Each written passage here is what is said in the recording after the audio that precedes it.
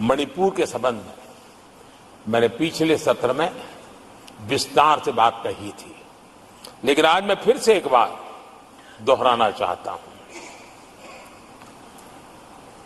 मणिपुर की स्थिति सामान्य करने के लिए सरकार निरंतर प्रयासरत है। वहां जो कुछ भी घटनाएं घटी, 11,000 से ज्यादा एफआईआर की गई है। मणिपुर छोटा सा राज्य है, 11,000 एफआईआर की गई है।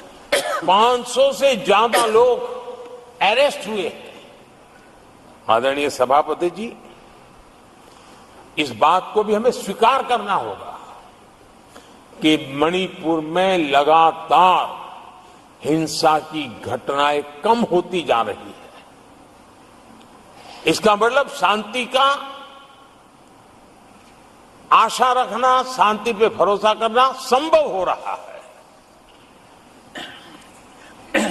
आज मणिपुर के अधिकांश हिस्सों में आम दिनों की तरह स्कूल चल रहे हैं, कॉलेज चल रहे हैं, दफ्तर और दूसरे संस्थान खुले रहे हैं।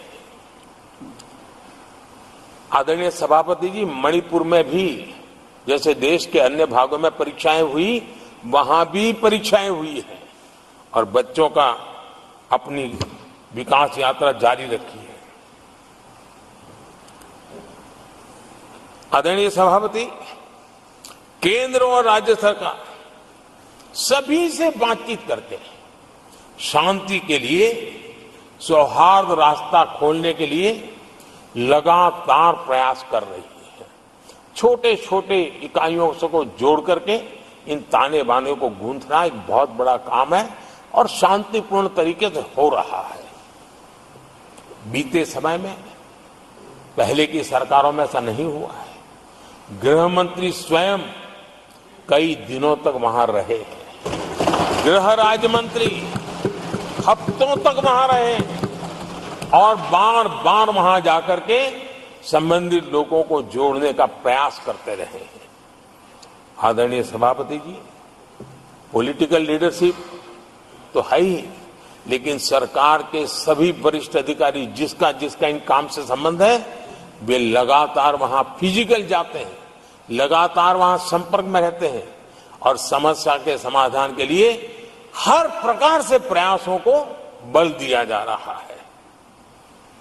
आदरणीय सभापति जी, इस समय मणिपुर में बाढ़ का भी संकट चल रहा है और केंद्र सरकार राज्य सरकार के साथ मिलकर के पूरा सहयोग कर रही है। आज ही एनडीआरएफ की 2 टीमें वहां पहुंची है, यानी कि प्राकृतिक मुसीबत में भी केंद्र और राज्य मिलकर के मणिपुर की चिंता कर रहे हैं। आदरणीय सभापति जी, हम सभी को राजनीति से ऊपर उठ करके वहां की स्थिति को सामान्य बनाने में सहयोग करना चाहिए। ये हम सबका कर्तव्य है। आदरणीय सभापति जी, जो भी तत्व मणिपुर की आग में घी डालने की कोशिश कर रहे हैं, मैं उनसे आगाह करता हूं कि ये हरकतें बंद करें। एक समय आएगा मणिपुर ही उनको रिजेक्ट करने वाला है, ऐसे लोगों को। आदरणीय सभापति जी, जो लोग मणिपुर के इतिहास को जानते हैं, मणिपुर की घटनाक्रम को जानते हैं, उनको पता है कि वहां का सामाजिक संघर्ष का एक लंबा इतिहास रहा है। उस संघर्ष की मानसिकता की जड़ें बहुत गहरी हैं, इसको कोई नकार नहीं सकता है। और कांग्रेस के लोग ये न भूले कि मणिपुर में इन्हीं कारणों से 10 बार राष्ट्रपति शासन लगाना पड़ा है। इतने छोटे से राज्य में 10 बार प्रेसिडेंशियल रूल लगाना पड़ा है, राष्ट्रपति शासन लगाना पड़ा है। कुछ तो मुसीबतें होगी और ये हमारे कार्यक्रम में नहीं हुआ है, लेकिन फिर भी राजनीतिक फायदा उठाने के लिए वहां पर जिस प्रकार की हरकतें हो रही है,